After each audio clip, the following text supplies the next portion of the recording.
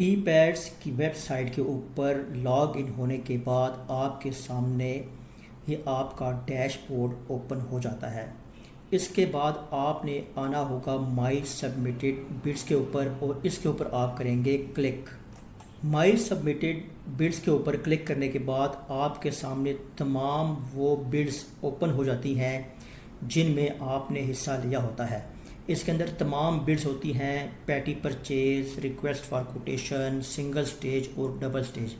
इसके बाद आपने करना क्या होगा कि जो भी आपकी बिड होगी उसको आप सर्च करेंगे जो आपने सबमिट करवाई होगी। जैसा कि आज हम सर्च करते हैं यहाँ पर supply purchase installation of tempered sound proof window glass का एक RFQ था, state life insurance corporation of Pakistan का। यहाँ पर आप क्लिक करके आप अपने एरो की के ज़रिए आएंगे राइट साइड के ऊपर और व्यूवर्स आप देखेंगे कि यहाँ पर आपको ये ट्रॉफ़ी का निशान नज़र आएगा।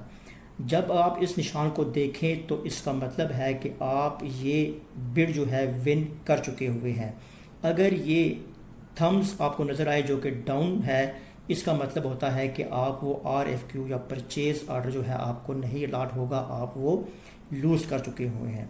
अब आपने करना क्या है कि आप इस ट्रॉफ़ी के ऊपर आकर इसको आप क्लिक करेंगे।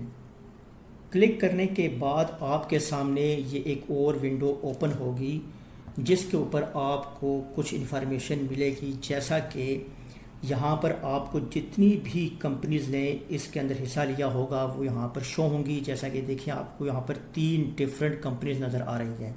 उसके बाद इसके सामने उनका स्टेटस आएगा एलिजिबल, ये जो कंपनी थी ये इनएलिजिबल थी और उसके बाद ये आखिरी कंपनी थी ये एलिजिबल थी।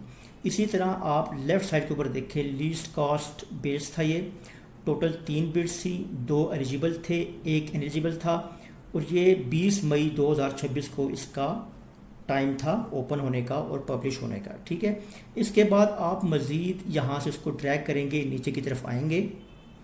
नीचे की तरफ आने के बाद आपको यहाँ पर 3 कार्ड्स नज़र आते हैं। यहाँ पर जितने भी पार्टिसिपेंट्स होंगे उन तमाम के यहाँ पर कार्ड शो होंगे, क्योंकि इस RFQ के अंदर सिर्फ 3 बिडर्स ने हिस्सा लिया था, इसलिए आपको यहाँ पर 3 कार्ड नज़र आएंगे। इसके ऊपर आपको सबसे पहले उनकी यहाँ पर बिड अमाउंट नज़र आएगी, उसके बाद उनकी ईमेल आईडी, उसके बाद उनका मोबाइल नंबर और उसके बाद कंपनी का स्टेटस। और साथ ही आपको अगर ये देखें आपको ये स्टैंप नज़र आ रही है विनर की, यहाँ पर आपको विनर की स्टैंप उस कार्ड के ऊपर नज़र आएगी जो इस बिड को विन कर चुके हुए हैं। इसके बाद आप मज़ीद नीचे की तरफ ड्रैग करेंगे तो व्यूवर्स यहाँ पर आपको लेटर ऑफ इंटेंट नज़र आता है, यानी कि इदारा आपको ये वर्क ऑर्डर इशू करना चाह रहा है, वो चाहता है कि आप इस लेटर ऑफ इंटेंट को एक्सेप्ट करें।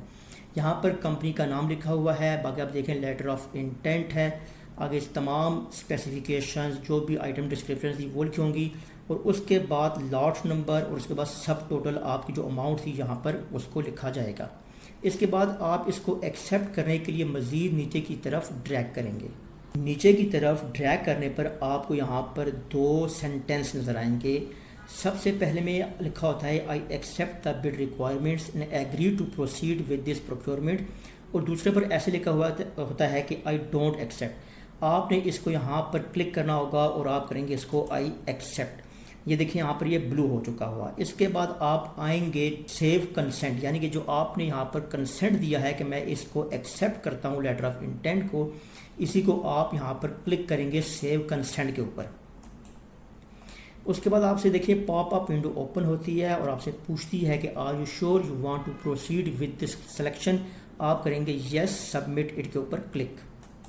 तो व्यूअर जैसे ही आपने क्लिक किया तो उसके बाद आपको देखें यहाँ पे डाटा अपडेटेड सक्सेसफुली का आपको यहाँ पर एक मैसेज आ जाएगा। उसके बाद आप इसको अगर मज़ीद नीचे की तरफ ड्रैग करेंगे तो आपको यहाँ पर एक्नॉलेज नज़र आएगा, you have successfully submit your consent, यानी कि आपने इस लेटर ऑफ इंटेंट को एक्सेप्ट कर लिया है 21 मई 2026 को। और इसी तरह नीचे दोबारा से आपको तमाम इन्फॉर्मेशन नज़र आती है, सब टोटल और फिर स्टेटस के अंदर आता है एक्सेप्टेड। उसके बाद इस तमाम पूरी कंपैरेटिव स्टेटमेंट को आप यहाँ से डाउनलोड भी कर सकते हैं।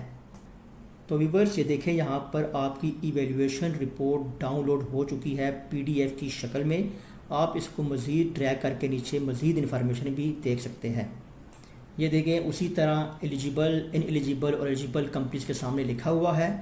मज़ीद आप नीचे आएंगे तो आपको इसी तरह पोजीशंस एंड लॉट्स नज़र आएंगी, यानी कि ये जो पूरी लॉट थी इस कंपनी को अलॉट हुई है इतनी अमाउंट में, और इसी तरह जो सेकंड कंपनी थी उसके यहाँ पे रेट लिखा गया है।